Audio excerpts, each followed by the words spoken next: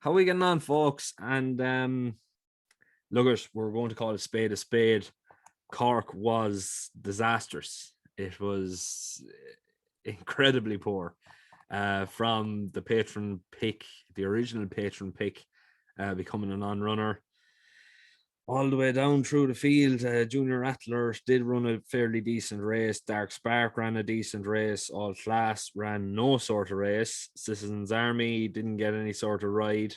Knock on Steel, very, very poor. Peregrine Run, ground was gone against. And Don't Tell Grandad, unfortunately, looked to have come to meet his maker. It was just one of those days where luck wasn't on our side. And I just want to take this opportunity as well to just wish the connections of Don't Tell Grandad all the very best.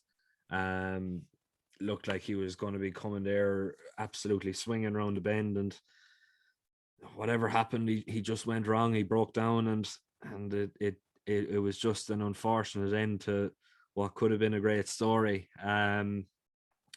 But look, as we move on, we can't dwell on things too much. And Sligo tomorrow definitely looks to be a fairly nice card. I have 4 each way plays for tomorrow, as well as a 13-8 next best and a 9-4 nap. So if we can get a couple of winners and a few of the each ways into a place money as well, we'd be doing fairly all right. I think it's going to be a nice day overall, and I hopefully the study that I put into these picks and all that pay off now for tomorrow, not like what they did for Cork on Monday. But anyway, first race off, the next best of the day. We're not starting with the best, we're starting off with the next best. Don't Have Time for Jesse Harrington and Paul Townend, currently priced at 13-8. Looks to be the one they all have to beat. Very, very good second last time out. That was in Navan on good ground behind Lady Lingo. Ahead of Powerful Out, fairly decent horse for John Kiley. Must Be Obeyed, Derry Day, Georgina Burgess, Cute Cherry Le Mistier. The rest don't necessarily need to be mentioned in this. It was a decent overall run for his hurdling debut. That experience should pay a dividend here. Not necessarily the strongest of race, but any sort of progression will see this horse get its head in front. The fact that Paul Townend's on board, you would be expecting to for the horse to get its head in front, and hopefully I suppose, look at the fact that she's among mares here now today. She should definitely be able to improve that little bit more and get her head in front. 13-8 looks to be overpriced in my opinion. Moving on then to the 5 o'clock and the nap of the day. It looks to be Ferdia's race to lose at 9-4. I am very, very sweet on this price here. I think realistically, the fact that she was 7 lengths ahead of the Little Yank the last time they met in Roscommon, that was off level weights. She actually, Ferdia now actually gets £2 off her. So, there's still plenty of motion to have with Ferdia here. Now, she didn't necessarily perform to great credit last time out, but that was in a listed event. She was up against much, much tougher opposition than what she's facing here. I think personally the Little Yank is a little bit of a hype horse. I know it won in Ballinrobe, I think it was, a couple of starts back. But up till then and even since then, it hasn't necessarily performed as well as people might have thought in her bumper days, or his bumper days, should I say. Now, look at, he is consistent. He is very, very consistent, and he's a frustrating horse to follow because you think he's going to win every single time he goes out, but he always just finds one too good. He found Ferdia too good last time they met. I think he's going to find her too good again, or him too good again. What am I saying? I think, personally speaking, it looks to be Ferdia's race to lose. And I think that the fact that he is getting £2 off the Little Yank here is going to be the telling sign for me. And personally speaking, I think Ferdia has this race to lose. I think barring a fall, she is going to win this race fairly comfortably. I don't think the £2 is the fact that she has to. She's getting £2 off the little Yank, a horse that she beat by 7 lengths 3 starts ago. Definitely very, very interesting here. Obviously, she went on from there to beat Shanaushicht in Tremor. Shanaushicht has been a fairly decent horse for Henry de Bromhead and Pimlico Racing.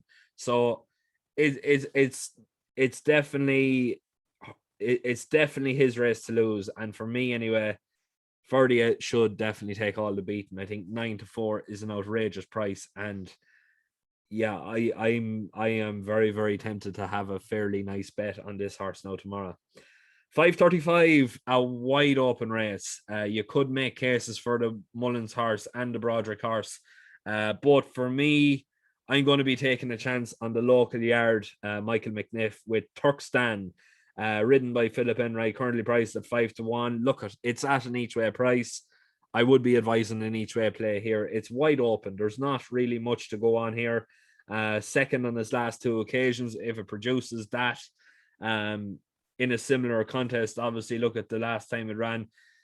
Second to Gulan Chosen, ahead of Mr. Moondance, Fort William, Bear Claws, and Bachelor. So, in my opinion, anyway, that is definitely good enough form to win a race of this standard. It's not necessarily the strongest, but it is definitely one of the more competitive races of this particular meeting tomorrow.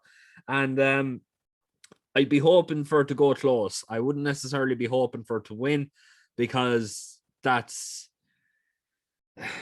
I'd have to be honest with you, and I'd be lying if I did say that I think it will win. I think it'll definitely be thereabouts, but I wouldn't be overly confident in saying that it will win tomorrow. But look, at 5-1, it's worth an each way play for the sake of it. Next race off then, the 6:05, and I was very, very tempted to back John Adams here, providing the price was going to be bigger than 5-1. Now, it's currently priced at 3-1. Now, whether he's good enough to win this race or not, I'm not 100% sure. I think he's definitely going to be thereabouts at 3-1, but there's no value there for an each way play. And like the race before, it is a fairly open contest and a fairly competitive heat as well. The one that I am liking, and it's a bit of an unorthodox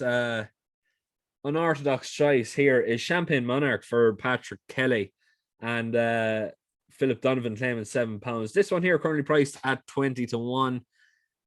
I think it's well worth an each way. Ran a very, very good race last time out in Cork. That was 100-1.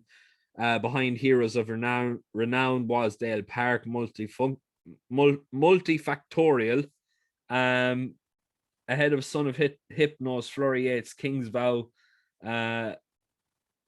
One's Enough, Sweet Scotch, worth presenting Spot the Looney, funny name for a horse, Calanese Dove, and Getaway Chivy, and the rest don't need to be mentioned. But look, if it produces a run like that was on good to yielding ground. With the rain that's been falling, I'd expect it to be yielding.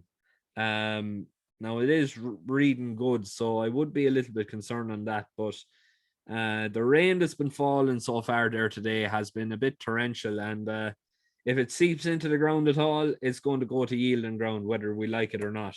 And 20-1 looks to be overpriced, considering it doesn't necessarily need to find too much with Walsdale Park on the Cork running, but definitely think it's a very, very interesting horse. And look, at in a competitive heat, you never know what can happen, but definitely well worth an each way play at 20-1. I think it's going to run a fairly decent race, providing the ground goes to yield, and I think it has a nice overall chance of placing.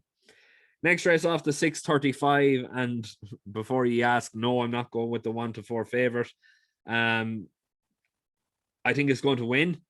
I think it's going to win fairly comfortably, providing it jumps well.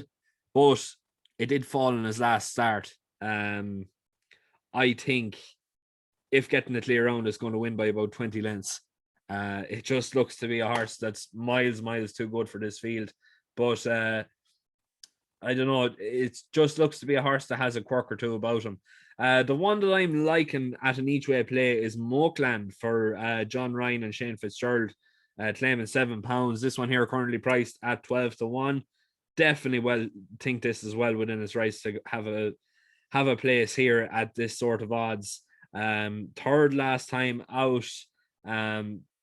That was a very good performance at 50-1. Behind Chesterville and Shake 'Em Up, ahead of Arcadian Symphony, Opie Houdini, Rocky Stream, Get Connected, Kilgore, One Free Man, and Rogers Park, and the rest don't need to be mentioned too much about it. But looks to be a fairly solid enough each way play here. The fact that there's 9 runners, I wouldn't necessarily be thinking that there's going to be many non-runners from this field. They all seem to like good ground or good to yielding ground, providing none of them get injured on the way up, or like the stone bruises or anything like that. Or not 100% sure is there any mares in this race, but no, they won't be on season anyway. No, they're all geldings, so they won't have the usual coltish ideas on their mind, or even with mares with them coming in season or anything like that. Like, so yeah, I'd be expecting Mokeland to run tomorrow. I definitely think 12-1 is overpriced. I think it's well worth an each way. You will get 3 places, with the amount of runners that are running at the moment. So look, it's worth considering at an each way play. Would I be taking the favorite of 1-4? Definitely not. I think anyone would be mad to be backing a horse of 1-4, but look, we're going to take a chance at taking him on, and I think if the horse, the favorite, doesn't get a clear round, we are definitely in there with a seriously solid chance. And definitely 12-1 each way, well within his rights to run into a place or potentially cause a bit of an upset. 7-10, the last race we will be covering here. And for me, going with the local yard again, Michael McNiff with Pump Road, currently priced at 7-1, course and distance winner, likes it around Sligo, second and third on his last 2 occasions. Definitely think this is well within his rights to run a big race here. Obviously, look at it, loves the ground, or loves the course, loves the ground. In fairly decent form. Michael McNiff has been decent enough at this course as well. So you'd imagine that he is going to have this horse well primed. He's going to probably line up near the back of the field, probably maybe about a mile, 6 furlongs to go, you could say. You're going to start seeing him move fairly stylishly up the field. I'd be hoping turning in, he'll be 4th, 5th maybe, because it is a considerable long run up the straight.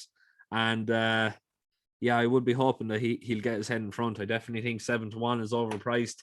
At the moment, he is at an each way price, so definitely well within his rights to back each way. I think he's well weighted, and he's going to run a very big race tomorrow. So 7-1 each way, I definitely think it's the best bet of the race itself. And finally, then 7:45 going to be my patron pick of the day. But look, I'm going to leave it there. Please make sure to keep liking, sharing, and subscribing. We're close. We're very close to 550 subscribers now. We only need another 450 to go. Yeah, so we are hoping to get to 1,000 subscribers by the end of the year. That's only going to happen if you get behind me and just hit that red button down below. If you do fancy something a little bit more for your money, we do have a patron service up and running for the Irish Racing Hour, which I am one half of. That is €10 a month. Basically, what you'll be getting: daily tips from myself and Ryan, exclusive tips, say the ones that we have left out for our YouTube channels and everything else like that. As well as that, we do have monthly giveaways. We are giving away a share in a horse this year, valued good for a year, for the sake of €10 a month. You won't find anything as good of value as that. And as well as that, not only do you get the share in the horse, but you also get into our WhatsApp group full of great members, great bits of info flying around there the whole time, and definitely some great great tips and great bets, and great, I suppose, added ways to make money as well. So look, I'll leave a link in the description below. We will be giving away that share in a horse very, very soon. So make sure, get your name in over the next day or two if that's something that you want to get involved in. If you're not in, you can't win, lads. Simple as that. And for the sake of €10 a month, you could have a horse in your name for a full year. So look, at where else would you get it? You won't find a syndicate or another ownership setup that you're getting a share in a horse for a year at a tenner a month. It's ridiculous value at the end of the day. Why, like, we definitely do give back what people put into us in terms of getting the podcast off the ground and everything else like that. We will be doing stable visits. We'll be doing racecourse visits now that the race courses are opening up as well. So there's going to be lots of great content coming up. And look, I'm just leaving it up to yourselves. Now is the time to be getting involved, because we will be giving away the share in the horse very, very soon. But look, if you are having a bet tomorrow, the very, very best of luck. We will be back for, I'm pretty sure Kilbeggan is on Friday. Not 100% sure what's on during the week other than that, but we will cover the racing. Is there anything on? Yeah, sure. Friday is the day after tomorrow, so we'll see you for Kilbeggan anyway. And yeah, hopefully we're on the back of plenty of winners. We certainly need it after Cork on Monday.